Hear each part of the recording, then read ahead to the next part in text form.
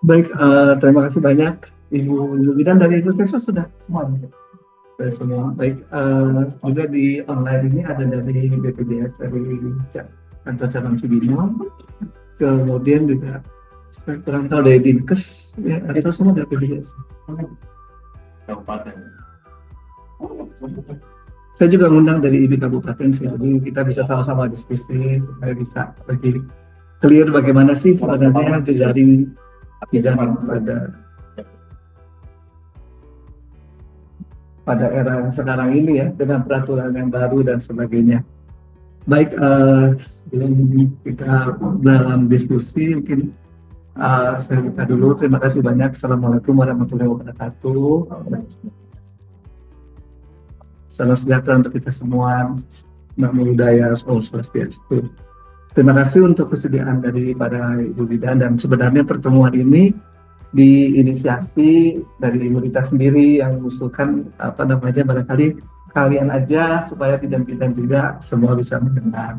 Awalnya kan waktu saya apa namanya tanya ke Ibu Dokter Rita, kira-kira bidan-bidan siapa nih yang bisa direkomendasikan, kemudian Dokter Rika mengusulkan bidan Yati dan bidan Rita. Kemudian memang saya hubungi langsung bidan bidan Yati dan bidan Rita. Tapi memang terkait mungkin juga ada peraturan-peraturan yang belum jelas. Kemudian kan dalam WA-nya dari Ibu Bintang kita supaya sekalian sosialisasi aja gitu. Makanya kemudian saya pikir kalau saya tidak bisa sosialisasi karena kan bukan saya yang apa namanya tentang perjanjian kerjasama ini. Jadi saya memang mengundang BPJS supaya BPJS juga membantu menjelaskan. Punten BPJS tadi masih menyimak ya. Ada Ibu Selfie. Oh ya, oke, terima kasih. Bu Selvi ini bidan-bidan kenapa nggak Bu ya? Ketemu Bu Selvi. Ya, oke. Kelihatan dok. Baik bidan. Mungkin sebelum mulai biar supaya enak kenal-kenalan dulu kali ya Bu Selvi, supaya ini siapa aja bidan-bidan yang ada di puskesmas. Kemudian ada 15 orang ternyata total ya Bu ya. Boleh. Tapi siapa ada semua. Ini dari Assalamualaikum warahmatullahi wabarakatuh. Itu saya dengan Bapak Salman mengenalkan nama saya Ibu Setiati, dinas di Puskesmas Kemuning, berpraktek di desa. Terima kasih ya. Assalamualaikum warahmatullahi wabarakatuh. Assalamualaikum warahmatullahi wabarakatuh.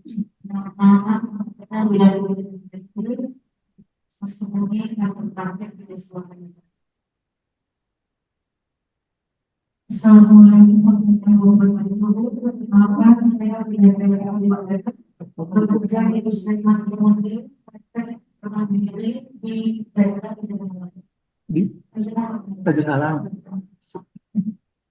Assalamualaikum warahmatullahi wabarakatuh.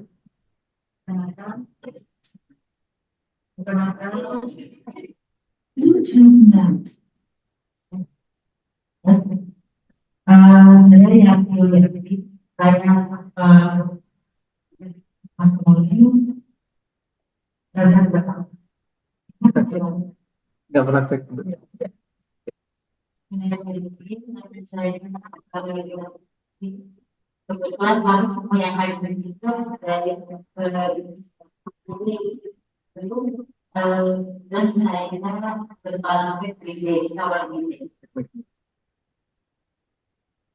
Itu satu ya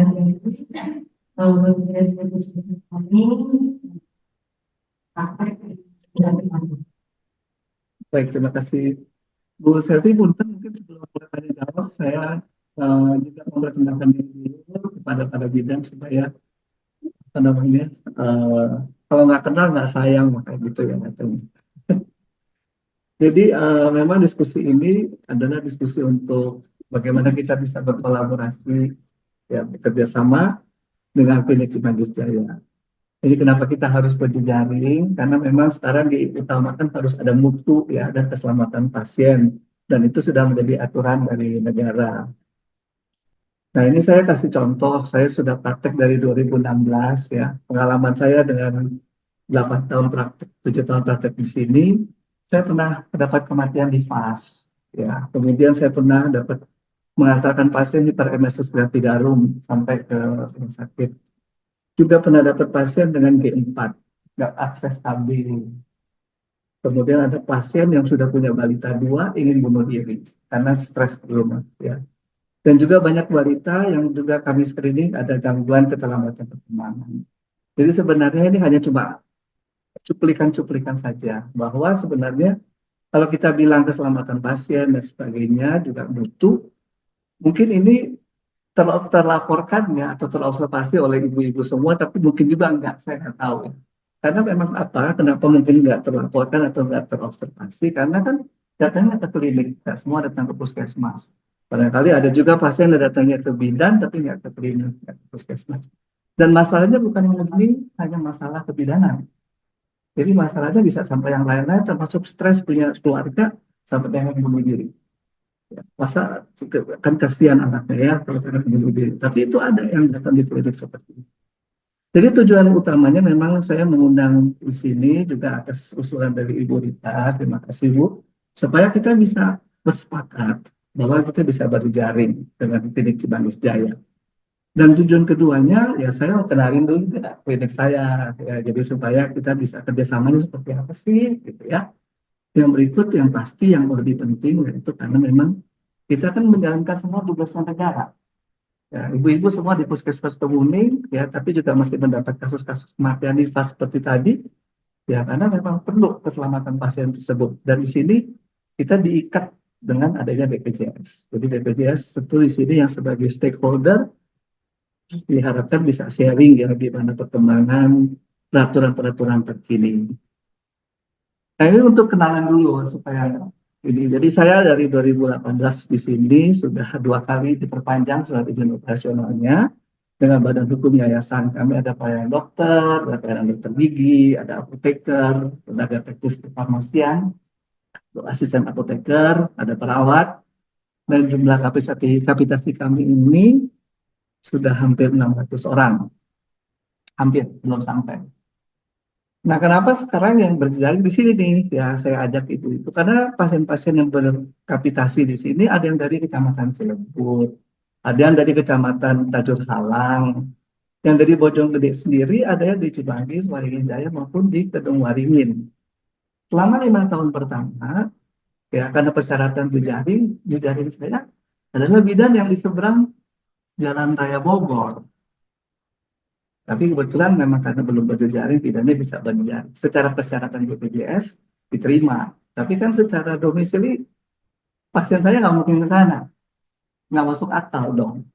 Ngapain dia berobat atau dia itu karena ke seberang sana ke dekat-dekat kebun raya situ ya kan. Sementara pasiennya ada di sini domisilinya. Makanya memang tadi tujuan utama saya ingin berjejaring dengan ibu semua dengan konteks bahwa kita ini lagi mau meningkatkan mutu dan keamanan. Nah, mungkin juga ada aturan-aturan lainnya sehingga BPJS perlu di sini hadir. Sebenarnya saya juga mengundang dinas kesehatan dengan IBI. Ya. Jadi klinik saya nggak jadi jelek amat meskipun kecil, ratingnya 4,2. Tuh, ada bisa dilihat tuh di Google. Kenapa jadi turun nggak 5 bintangnya? Karena waktu itu pas lagi COVID tuh banyak yang, pengen periksa aja, pengen periksa, saya udah nggak ada waktu. Begitu banyak yang pengen home care untuk periksa, akhirnya ratingnya turun tuh kalau lihat itu ya orang komentar. Tapi dari 2018 sampai 2013, 2018 sampai 2023 di 5 tahun konsisten ya. Itu yang terakhir 10 jam yang lalu. Dia bilang saya puas dengan pelayanan klinik saya. Jadi ya saya nggak jelek-jelek amat. Ya, kalau mau kerja sama, apalagi saya itu bidangnya kedokteran keluarga. Akreditasi saya sudah utama, ya. Dan dengan kedokteran keluarga tadi itu sebenarnya kita saling mengisi, Bu. Ya, tadi kan saya kasih lihat problemnya bukan hanya kebidanan. Ada orang yang stres dengan keluarga mau bunuh diri, ada yang sudah anak 4 nggak ada akses KB, ya, nggak terpantau. Kenapa? Penduduknya banyak, ya kan?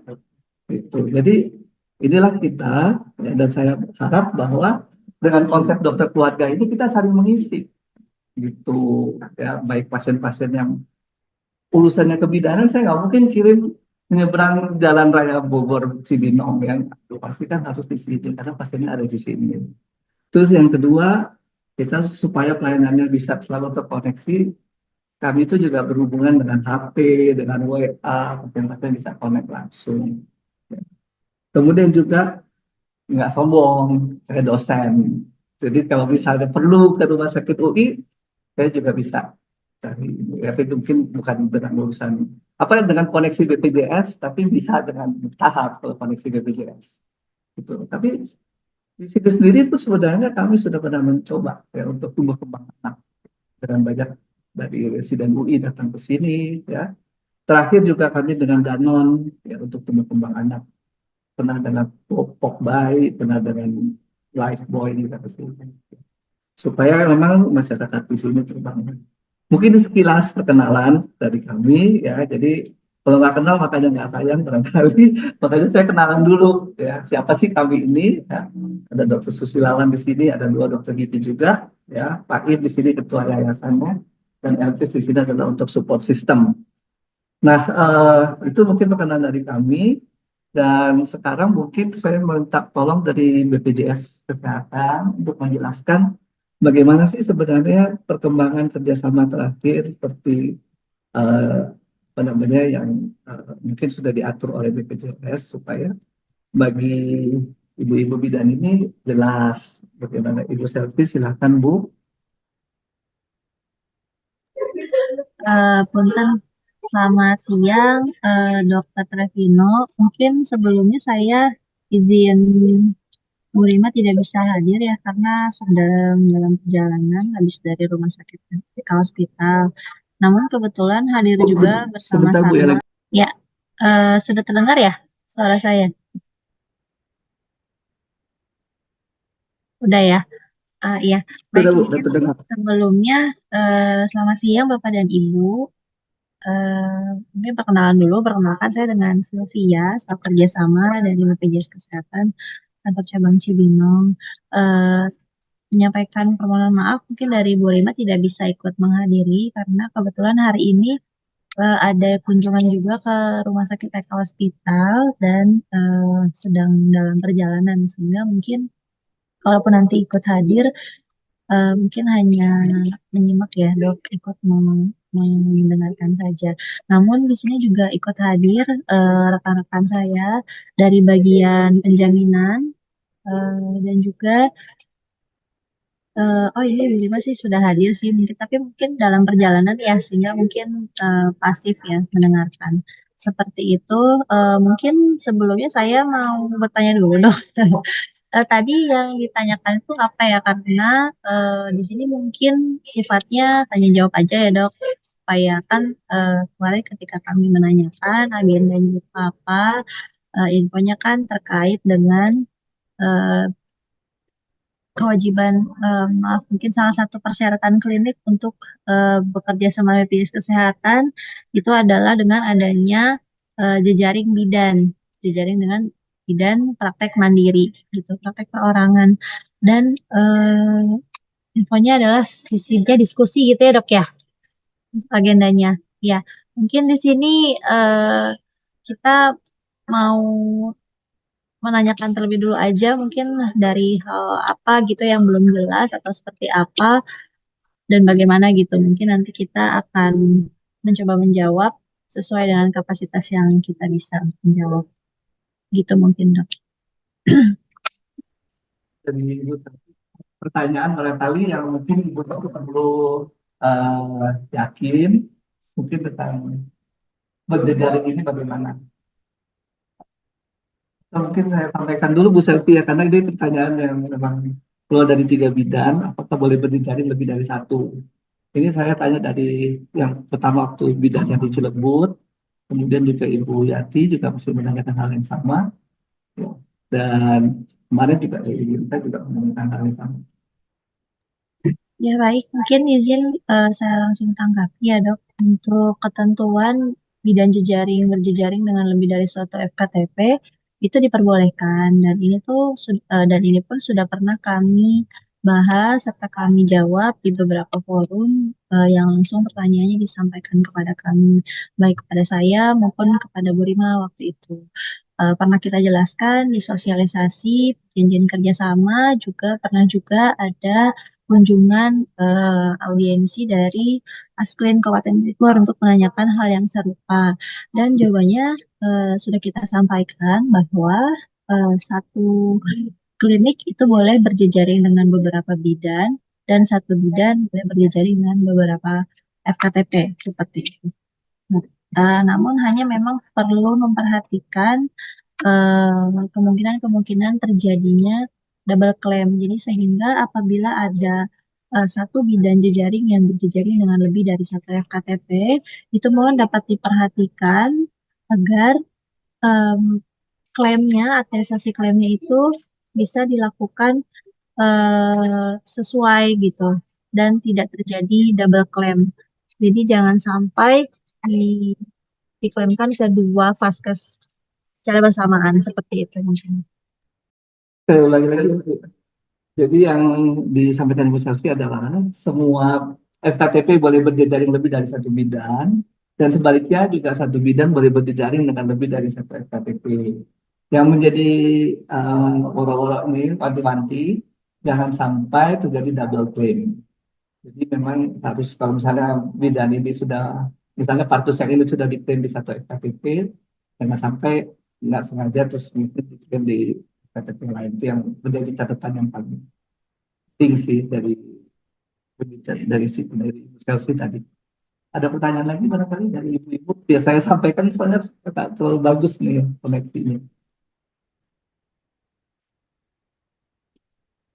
Ya, silakan Bu.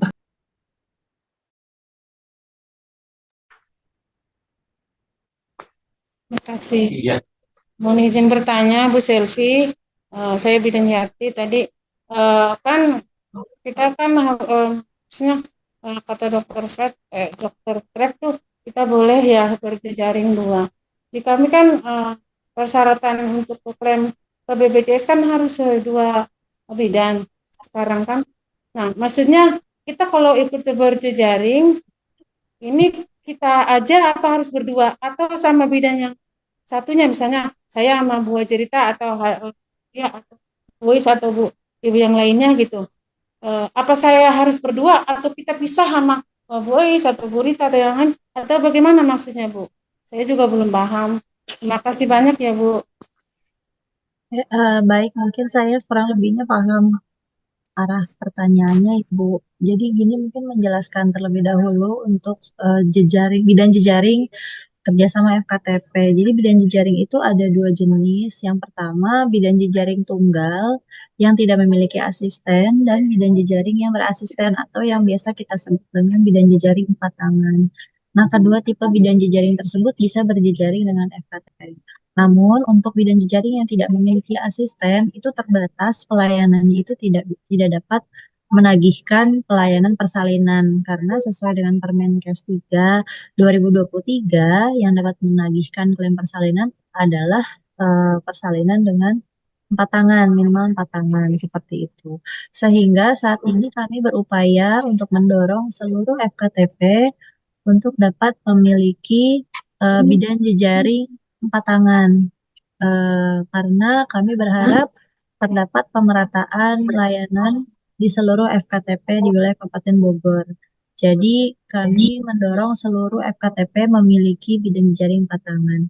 Nah, apabila tadi Ibu Bidan hendak bekerja sama dengan FKTP, itu bisa, kalau Ibu Bidan tidak punya asisten, itu berarti Ibu bisa berjejaring, namun tidak dapat melayani persalinan. Tapi yang kami tekankan di sini, yang sedang kami dorong saat ini adalah FKTP harus memiliki bidan jejaring 4 tangan. Sehingga tadi kalau misalnya Ibu sudah punya asisten, asistennya juga sudah punya SIP. Nah, artinya kan Ibu dan asisten Ibu memiliki SIP dengan alamat yang sama, di lokasi yang sama. Itu bisa dikatakan sebagai bidan patangan, istilahnya seperti itu, dan dapat menolong persalinan serta dapat ditagihkan ke BPJS Kesehatan tentunya dengan adanya SHK. Nah, apabila Ibu sudah berjejaring dengan FKTPA, misalnya satu FKTP tertentu, kemudian Ibu hendak berjejaring lagi dengan FKTPB, maka Ibu menyusun perjanjian kerjasama dengan FKTPB tersebut. Dan nanti apabila terdapat klaim, itu disampaikan melalui FKTPB tersebut. Seperti itu, Bu. Jadi, sistemnya sama, berkasnya sama seperti yang dilampirkan pada saat berjejaring dengan FKTPA. Begitu juga dengan saat berjejaring dengan FKTPB. Begitu ya, Bu. Apakah sudah menjawab, Bu? Halo? Tes? Saya coba ringkas. Jadi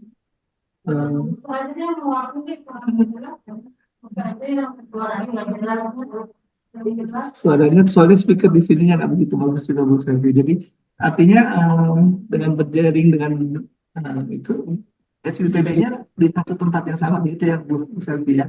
Dua bidan itu dengan yang sama ya. Suaranya putus-putus, Dok. Gimana, Dok? Dua SIPP ya di bidan yang tangan, dua SIPP di tempat yang sama ya. Mesti dua-duanya berjaring dengan SKPP gitu kan. Jadi kalau berjejaring itu kan sebetulnya begini, Dok, berjejaring itu kan dengan bidan induknya. Jadi kan kalau ada dua bidan, lebih dari satu bidan, itu kan satu bidan bertindak sebagai induknya dan yang lainnya adalah sebagai asisten. Makanya mungkin perlu dikonfirmasi kepada IBI mungkin ya mengenai tipe-tipe SIPB yang dapat diperoleh oleh bidan. Karena sepengetahuan kami ada SIPB bidan mandiri, ada SIPB bidan Paskes. Seperti itu nanti bisa dilihat dari tipe SIPB-nya. Namun bisa dikatakan patangan adalah apabila dua bidan tersebut memiliki SIP dengan alamat yang sama persis di lokasi yang sama. Seperti itu, Dok. Nanti apabila tipe bidan, maksudnya tipe izin dari asisten bidannya adalah SIPBF, artinya berarti bidan pemegang SIPBF itu adalah asistennya. Namun apabila kedua-duanya adalah SIPBM, maka itulah perlu adanya kesepakatan siapakah yang akan menjadi bidan induknya. Sehingga kan di draft perjanjian kerjasama kami pun di lampirannya ada menanyakan mengenai MOU perjanjian kerjasama antara bidan dengan bidan asisten seperti itu. Namun untuk yang menjalin perjanjian kerjasama dengan FKTP adalah cukup bidan induknya. Gitu. Gimana Bu ya? Tes, mungkin mohon izin, apa suara saya terdengar? Bisa. Ya, kedengaran, Bu. Mungkin mohon izin saya menambahkan ya, Dok, dan tadi dari Ibu Bidan ya, yang terkait penjelasan dari Silvi tadi. Jadi untuk hasil konfirmasi ketika diskusi dengan IBI, ini pertama disampaikan, jadi kan TPMB itu tempat praktek bidan mandiri itu diasumsikan sebagai vaskes tersendiri. Jadi kalau misalnya suatu bidan di SIPB-nya itu dinyatakan sebagai bidan berpraktek di TPMBA. Nah, itu berarti dia bentuknya sebagai SIPB Vaskes. Tapi kalau misalnya dia bentuknya sebagai bidan praktek mandiri, itu yang kita kategorikan SIPBM. SIPBF dan SIPBM ini sama, dua-duanya bisa melayani praktek persalinan selama ketika melakukan praktek persalinan itu dilakukan bersama. Artinya minimal 2 orang atau 4 tangan.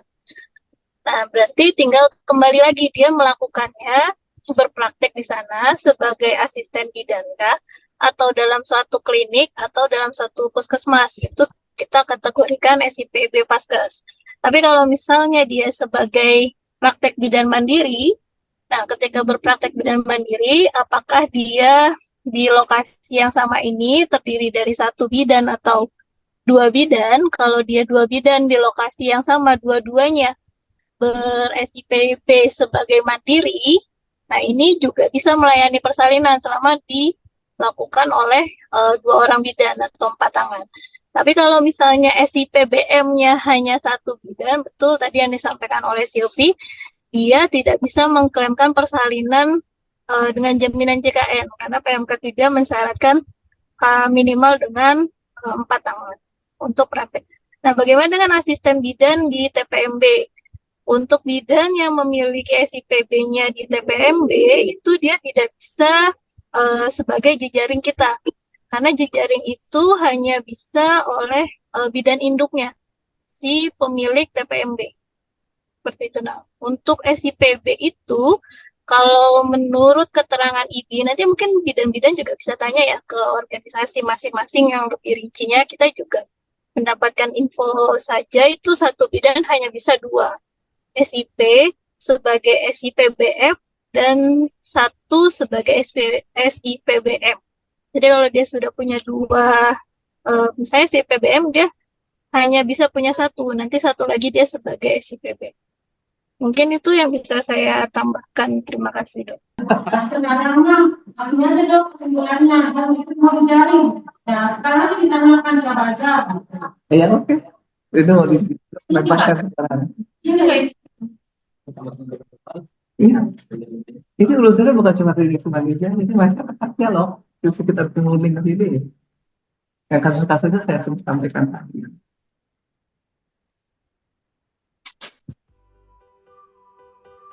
Bu, iya.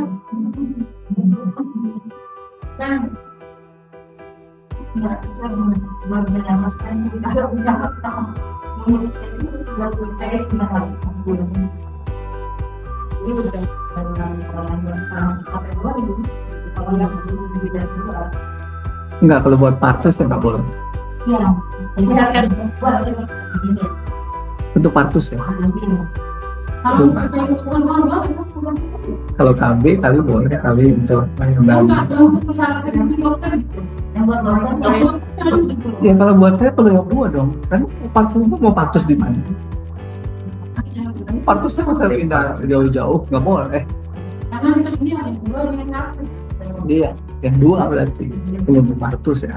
Kalau aku mandok juga, tapi bulan depan kalau kita nggak ada nih, benda gede lagi. Nah, ada asisten sana juga itu masih ada kendala bikin di prakteknya yang tadi itu jadi bos makan sini belum itu naik itu. Yang